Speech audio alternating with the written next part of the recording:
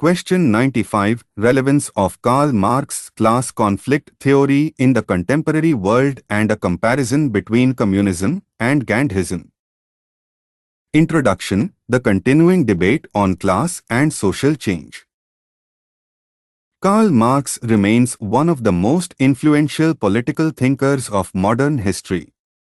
His class conflict theory, which views history as the story of struggle between economic classes, transformed how societies, economies, and politics are analyzed. Marx argued that capitalism inherently divides society into two antagonistic classes, the bourgeoisie, owners of the means of production, and the proletariat, working class, whose conflict drives historical development and social transformation. In contrast, Mahatma Gandhi, though equally concerned with social and economic justice, proposed a moral and non-violent alternative to Marx's revolutionary materialism. His philosophy of Sarvodaya, welfare of all, aimed to eliminate exploitation through moral reform, self-restraint, and cooperation rather than class war. To assess Marx's relevance today, one must examine whether class conflict continues to explain global inequalities and how his ideas stand when compared to Gandhi's human-centered social vision. Karl Marx Class Conflict Theory, Essence and Foundation. 1. Core idea. Marx's historical materialism holds that the economic structure of society, the mode of production, determines its political and social institutions. History, therefore, progresses through class struggles between those who own productive resources and those who labor under them. According to Marx, the history of all hitherto existing societies is the history of class struggles. He identified successive modes of production: primitive communism, slavery, feudalism, capitalism, each containing inherent class antagonisms leading to revolution and the rise of a new order. 2. The nature of class conflict under capitalism. In capitalist society, the bourgeoisie owns capital, factories, and machines. The proletariat owns only labor, which it sells for wages. The bourgeoisie exploits labor by extracting surplus value, the difference between what workers produce and what they are paid. This exploitation leads to alienation, poverty, and class antagonism. The final outcome, Marx predicted, would be a proletarian revolution overthrowing capitalism and establishing a classless, communist society based on collective ownership. 2. Relevance of Marx's class conflict theory in the contemporary world. Although Marx wrote in the 19th century, his analysis of economic inequality, exploitation, and power remains deeply relevant in today's globalized capitalist economy. However, it requires reinterpretation to suit changing social and economic conditions. 1. Enduring relevance. Growing economic inequality. Despite immense global wealth, the gap between the rich and poor continues to widen. Reports by organizations like Oxfam show that a handful of billionaires own more wealth than half the world's population. This aligns closely with Marx's prediction of capital concentration, that capital accumulates in fewer hands, deepening social inequality.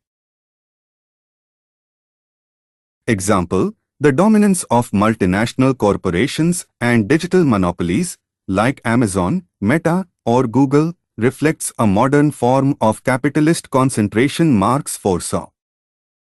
2. Labor exploitation in new forms. While industrial labor has declined in the West, exploitation persists through outsourced, precarious, and gig work in developing countries. Platforms like Uber or Swiggy represent what some scholars call digital capitalism, where workers face insecurity, low wages, and lack of social protection, a modern proletariat. Thus, class exploitation continues under new technological conditions. 3. Alienation and commodification. Marx's concept of alienation, workers feeling disconnected from the products of their labor, remains valid in the age of automation, consumerism, and data economies. People today often feel enslaved by work, debt, and consumption, where human relationships are mediated by money and profit, reinforcing Marx's insight into the dehumanizing effects of capitalism. 4. Class conflict and political polarization. Political movements around the world increasingly reflect economic divides, the rise of populism, anti-globalization movements, and protests against neoliberal policies all demonstrate latent class tensions. Example: global movements like Occupy Wall Street or protests in France against pension reforms echo Marx's critique of inequality and capitalist exploitation. Global capitalism and neo-imperialism. Marx's idea of imperialism as the highest stage of capitalism, further developed by Lenin, remains relevant in analyzing how rich nations exploit poor ones through trade, finance, and technology. Economic globalization, while presented as cooperation, often perpetuates neocolonial dependency, a continuation of Marx's vision of global class domination. 2. Limitations and declining applicability. Rise of the middle class. In modern economies, a large and diverse middle class has emerged, softening the binary division between bourgeoisie and proletariat. Ownership and consumption are more dispersed, complicating Marx's two-class model. 2. Welfare state and labor rights. The development of welfare states, labor unions, and social legislation in democratic societies has mitigated class conflict. Workers are no longer revolutionary but integrated into the capitalist framework. 3. Technological capitalism. Automation, knowledge industries, and AI have shifted power from industrial capital to digital and informational capital, making Marx's 19th century industrial model partially outdated. 4. Global diversity of class relations. Class is now intersected by caste, gender, ethnicity, and region, especially in countries like India. Social inequality can't be explained by class alone, it's multidimensional. 3. Contemporary Marxism, neo-Marxist interpretations. Modern scholars have reformulated Marx's ideas. Antonio Gramsci emphasized cultural hegemony, domination through ideology, not just economics. Louis Althusser viewed the state and media as ideological apparatuses sustaining capitalism. Immanuel Wallerstein's world systems theory extended class analysis to the global level, core and periphery nations as classes in a global capitalist system. Thus, Marx's framework remains conceptually alive, though it now explains social power, culture, and globalization rather than just factory labor. 4. Marxism's influence on modern movements. Even if the communist revolutions faded, Marxist ideas still inspire. Labor and trade union movements. Anti-imperialist struggles. Environmental justice movements, viewing capitalist exploitation of nature as parallel to that of labor. Demands for economic democracy and redistribution. Hence, Marx's vision endures not as a rigid doctrine, but as a critical lens to expose structural inequalities in any economic system. 3. Comparison, principles of communism and Gandhism. Although both Marxism and Gandhism seek to end exploitation and create a just society, their philosophical foundations and methods are profoundly different. 1. Basic principles of communism, Marxian view. 1. Materialism. Social reality is determined by economic forces, not moral or spiritual ones. 2. Class struggle. Society advances through conflict between oppressors and oppressed. 3. Revolutionary change. Transformation requires violent overthrow of capitalism. 4. Collective ownership. Abolition of private property, means of production owned by the community or state. 5. Dictatorship of the proletariat. Transitional phase to establish socialism before achieving communism. 6. Economic equality, elimination of class distinctions and exploitation. Goal: a classless, stateless, communist society ensuring equality and social justice through collective control of production. 2. Basic principles of Gandhism. 1. Spiritual and moral foundation, truth, satya, and non-violence, ahimsa, are central. 2. Sarvodaya, welfare of all, not just one. Class.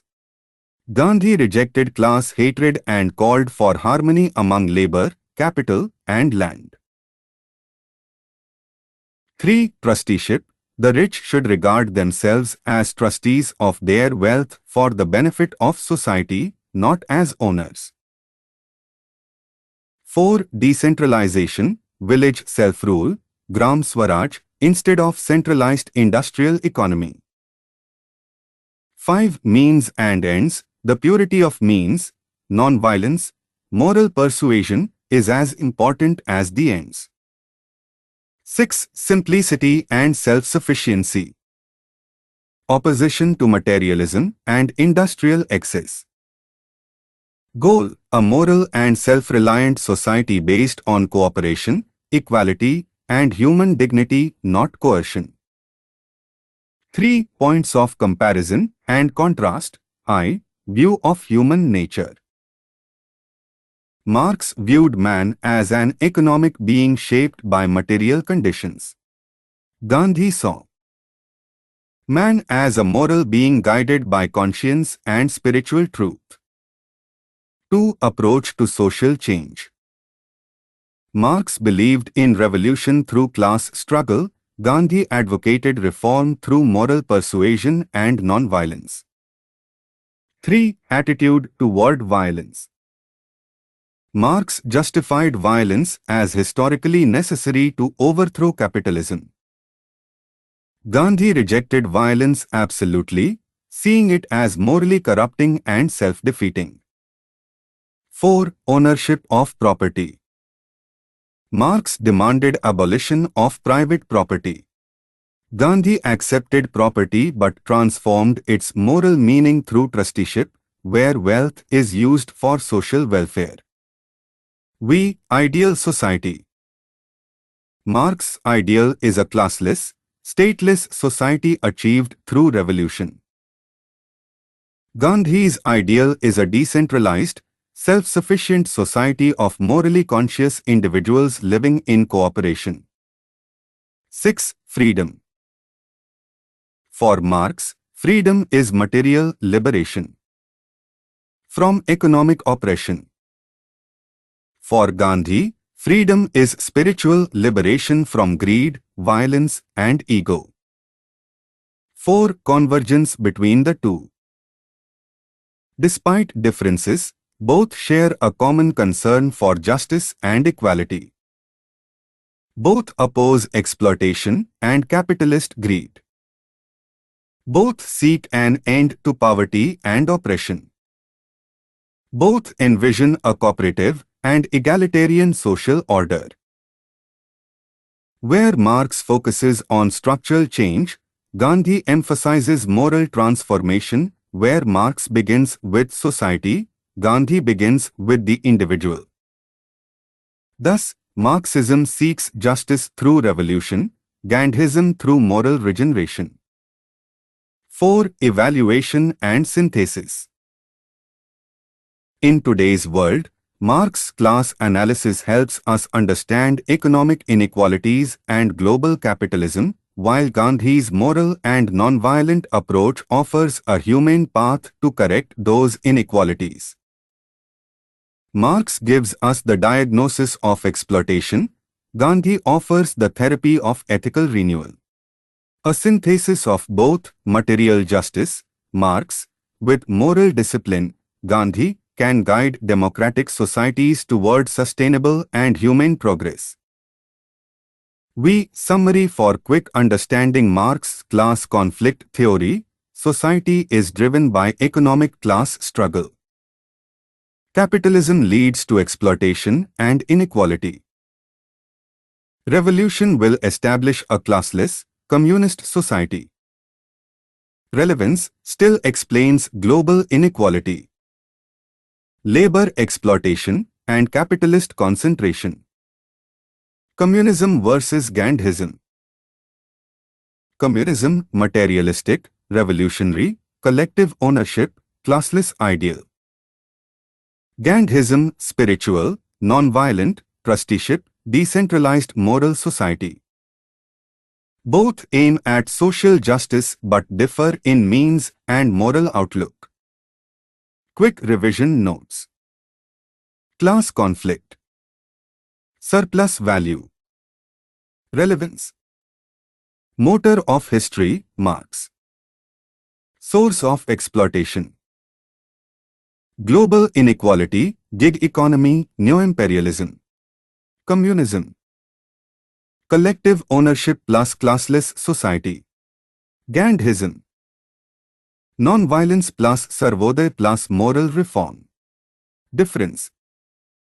Marx is equal to revolution, Gandhi is equal to reconciliation. Common ground. Justice, equality, human. Dignity. One-line questions and answers for revision. 1. What is the central idea of Marx's class conflict theory?